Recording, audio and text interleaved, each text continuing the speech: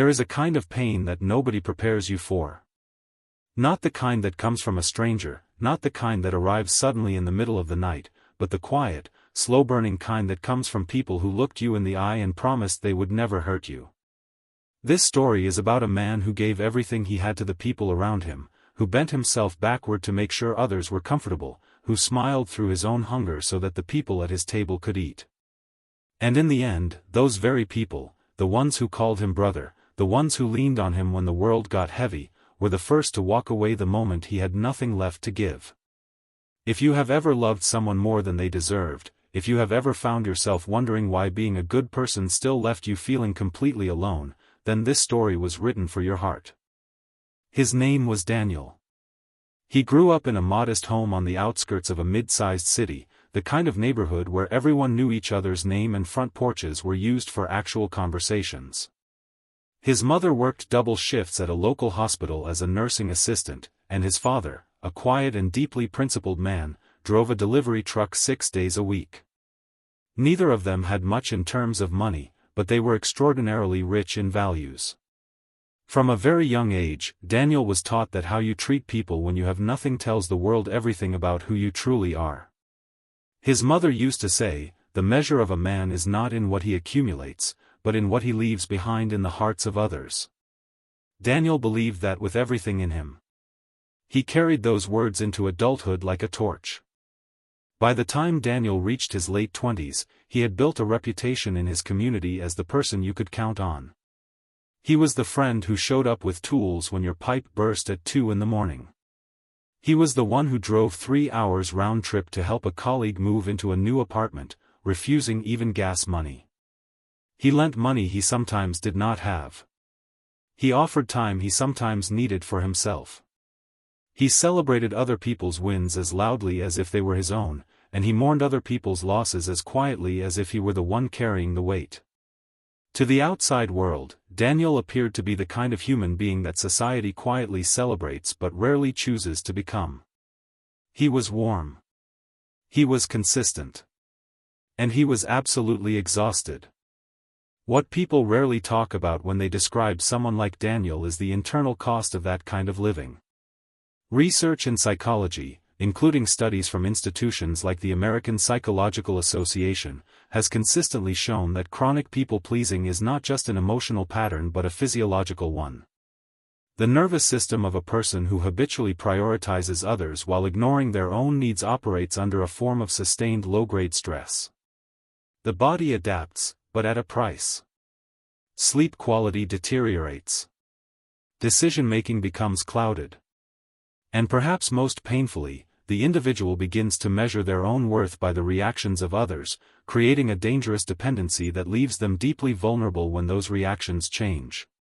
Daniel did not know the clinical terminology for what he was experiencing. He just knew that some nights he lay awake staring at the ceiling, wondering if anyone in his life would show up for him the way he showed up for them.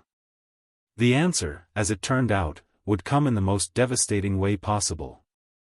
It would not arrive as a dramatic confrontation or a sudden betrayal. It would come slowly, like the tide going out. One missed call that was never returned. One favor asked that was suddenly inconvenient. One moment where Daniel needed help and the room went very, very quiet. The people he had invested years of himself into began to reveal, one by one, that their affection had always been conditional.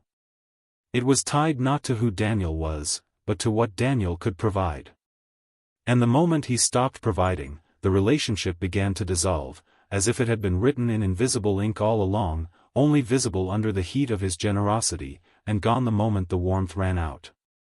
It started with Marcus. Marcus had been Daniel's closest friend since they were teenagers sharing a lunch table in high school. For over 15 years, Daniel had been the quiet engine behind so many of Marcus's wins. When Marcus wanted to start a small business selling custom furniture, it was Daniel who spent weekends helping him build the initial inventory. It was Daniel who introduced him to his first 3 clients. It was Daniel who co-signed a small business loan when Marcus's credit was not strong enough to qualify on his own. Marcus's business grew. It became something real, something he could be proud of. And for a while, it seemed like the friendship grew with it. But success has a strange way of rearranging the furniture in a person's soul. As Marcus began moving in new social circles, attending networking events and building relationships with people who wore more expensive shoes, Daniel noticed the calls getting shorter. The hangouts became rarer. The warmth that had always been so easy between them began to feel like something Marcus was rationing. Daniel told himself it was just the busy season of life. He told himself that friendships naturally evolve and that the distance did not mean anything was broken. He gave the benefit of the doubt the way he always did, generously and without demanding explanation. But then came the incident that could not be explained away. Daniel's mother fell ill. It was not a minor thing. She was hospitalized for 2 weeks with a serious cardiac episode that shook the entire family. Daniel, who had always been the pillar for everyone else, suddenly found himself needing support. He reached out to Marcus, not asking for money or for any grand gesture, just company. He wanted his oldest friend to sit with him in the waiting room for an hour, to remind him that he was not alone. Marcus said he would come. He never did. He sent a text the next morning saying something had come up. He did not ask how Daniel's mother was doing for another 11 days. That silence lasted 11 days. Daniel counted them. Not because he was keeping score, but because in the absence of the person he had loved like a brother, every quiet hour felt deliberate. He sat in that hospital hallway and thought about every Saturday he had given up, every loan he had never asked to be repaid, every time he had moved his own needs to the back of the line so that Marcus could move forward. And for the first time in his adult life, Daniel felt something shift inside of him. It was not rage. It was something quieter and far more clarifying. It was the recognition that he had been pouring from a cup that no one ever refilled. That realization, as painful as it was, would become the beginning of something important. The experience with Marcus was not isolated. Around the same time, Daniel's workplace dynamic began to mirror the same painful pattern. He had been employed at a mid-level logistics company for nearly 8 years, and in that time he had mentored junior staff, covered for colleagues during personal crises, and volunteered for the difficult projects no one else wanted. His manager, a woman named Patricia, had told him on multiple occasions that she valued him deeply and that his dedication was noticed. But when a senior position opened up, a role Daniel was not just qualified for but had essentially been doing unofficially for 2 years, the job was offered to someone external. Someone with a polished resume and none of Daniel's institutional knowledge. When Daniel asked Patricia about it privately, she told him that the company needed fresh energy. Fresh energy. 8 years of loyalty, of late nights, of being the person who held the team together when everything felt like it was falling apart, reduced to a phrase about needing something new. There is a concept that organizational psychologists call the good soldier syndrome, a pattern in which highly dependable and conscientious employees are chronically overlooked for advancement precisely because their reliability is taken for granted. The system assumes they will stay regardless of reward, and so the reward never comes. Studies have shown that in workplace environments, individuals who go beyond their formal job responsibilities without self-advocacy are statistically less likely to be promoted than those who perform at a similar level but are more vocal about their contributions. Daniel had spent 8 years being indispensable. He had confused being needed with being valued. And the distinction, when it finally became clear, was one of the sharpest lessons of his life. Daniel went home that evening after the conversation with Patricia and sat at his kitchen table for a long time without moving. The apartment was quiet. There was no one to call. Not because he lacked people in his life but because the people in his life had slowly revealed themselves to be fair-weather fixtures, present in the sunshine and absent in the storm. He thought about his father, who had told him once that a man's dignity was something no one could give him and no one could take. That it had to be grown from the inside out, like a tree whose roots were deep enough to survive the seasons. Daniel had always understood those words intellectually. That night, sitting alone at his kitchen table, he began to feel them in his bones. He started making small changes, almost imperceptibly at first. He stopped volunteering for things at work that were not in his job description. Not out of bitterness, but out of a deliberate recalibration of where his energy was going. He began to notice how much time in his week was occupied by the needs of others and how little of that time had ever been reciprocated. He started a journal, something he had never done before, writing down not grievances but observations. Who reached out to him unprompted? Who asked how he was doing and actually waited for the answer? Who checked in not because they needed something but simply because they thought of him? The list was startlingly short. But what it lacked in quantity, it held in quality. There were 2 or 3 people in his life who showed up consistently, quietly, without fanfare. He had been so busy pouring into the louder, more demanding relationships that he had almost overlooked the ones that were actually real. One of those people was a woman named Yvonne. She was not a dramatic presence in Daniel's life. She was steady. She was the kind of friend who texted on ordinary Tuesdays just to share something funny she had seen. She remembered the small details, the name of Daniel's favorite restaurant, the anxiety he felt before job interviews, the way he always deflected compliments. When Daniel's mother was in the hospital, Yvonne had shown up with food, sat beside him without needing to fill the silence, and left without asking for anything in return. She had not made it a moment. She had simply been present. Daniel realized, reflecting on it afterward, that he had taken her consistency for granted in the same way others had taken his. It was a humbling recognition. Genuine connection, he was beginning to understand, does not always announce itself loudly. Sometimes it arrives softly, reliably, and in the spaces between the dramatic moments of life. The psychological concept of reciprocity is one of the most well-documented in social science. Researchers at institutions including Harvard and Stanford have found that human relationships are governed by an implicit economy of give and take, and when that balance is chronically disrupted in one direction, it creates emotional debt that compounds over time. What is less commonly discussed is the internal reckoning that happens when the person doing all the giving finally stops and takes stock. That reckoning can feel like grief, because in many ways it is. It is the grief of an image, the image of people you believed them to be, which was always slightly larger than the people they actually were. Daniel was grieving. But grief, when it is moved through honestly, has a way of creating space. And in that space, something else begins to grow.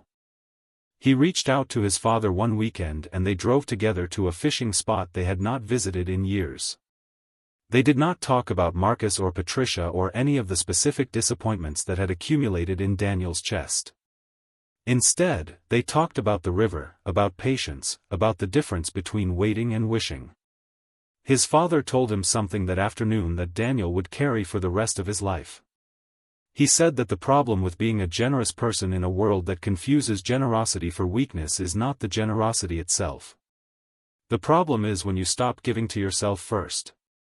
When your own cup is empty, he said, everything you offer others is borrowed from your future, and eventually the debt comes due. Daniel sat with that for the entire drive home. It was not advice he had asked for, but it was the exact truth he needed. The turning point did not arrive as a single dramatic moment. It rarely does in real life. It was a gradual accumulation of small decisions that began to redirect the course of Daniel's inner world. He started waking up 30 minutes earlier each morning, not to be more productive, but to sit in silence with his own thoughts before the demands of the day arrived. He began reading more, rediscovering an old love for books that the busyness of performing for others had quietly crowded out. He signed up for a weekend hiking group, not because he needed the exercise but because he wanted to be in spaces where nobody needed anything from him, where the only relationship being negotiated was the one between himself and the terrain in front of him.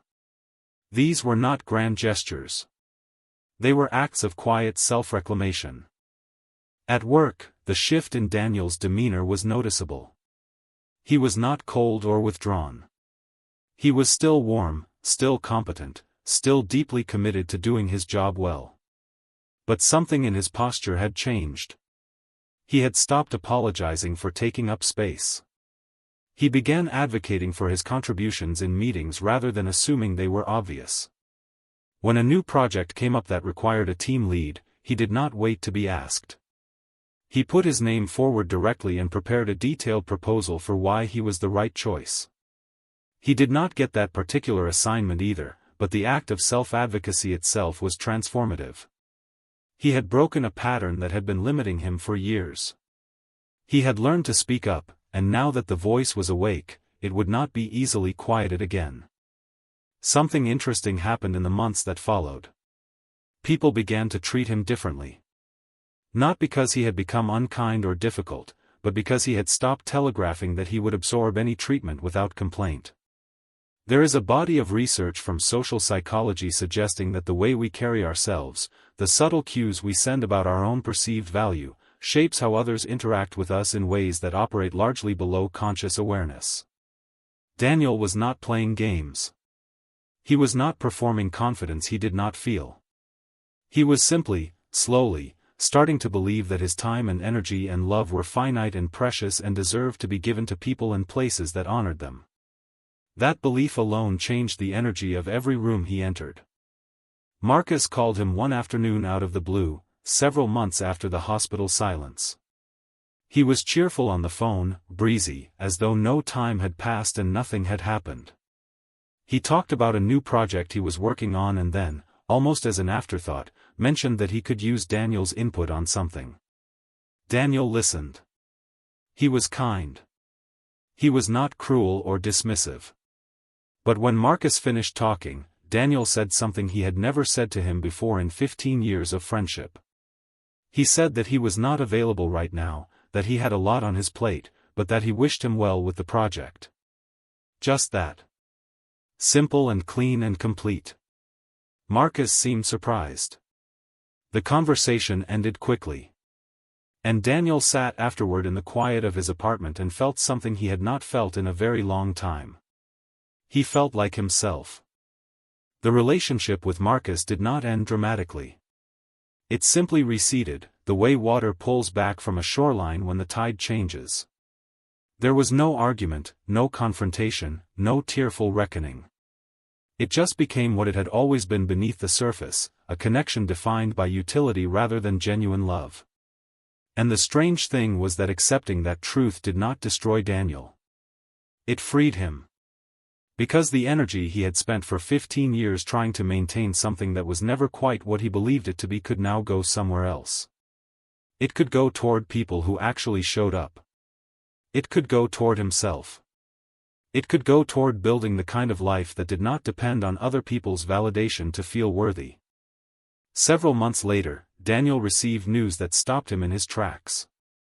His company announced a significant internal restructuring, and during the reshuffling, a senior operations director role was created that had not previously existed. Patricia, perhaps sensing something she had missed before or perhaps motivated by the change in Daniel's visible energy and confidence, recommended him for the role directly to upper management. He was called into a meeting with two senior executives who asked him pointed questions about his vision for the department. Daniel had prepared meticulously. He spoke clearly, specifically, and without diminishing his own record. He walked out of that meeting and knew in his gut that something had shifted. 2 weeks later, he was offered the position.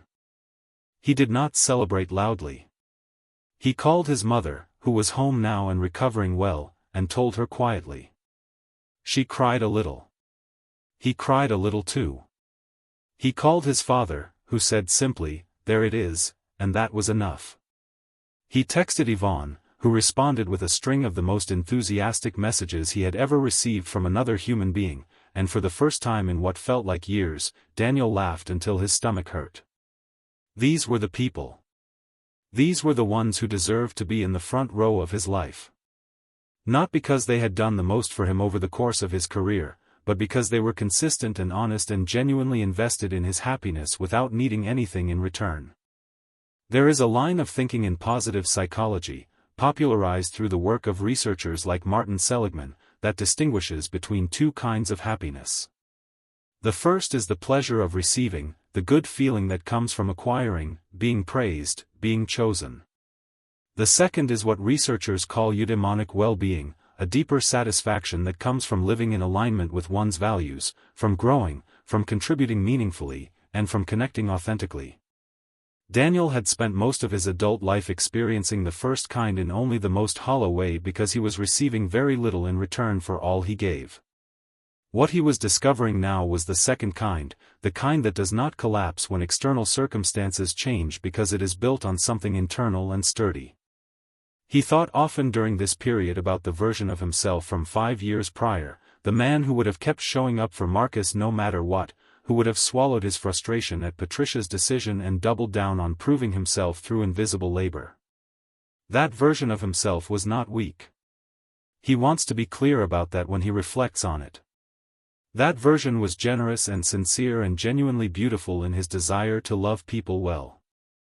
But he was also operating from a place of fear. Fear that if he stopped being useful, he would stop being wanted. Fear that his value as a person was directly proportional to what he could provide. That fear had been planted long before he understood what it was, and it had grown quietly in the background of his life, shaping his choices in ways he was only now beginning to identify and uproot.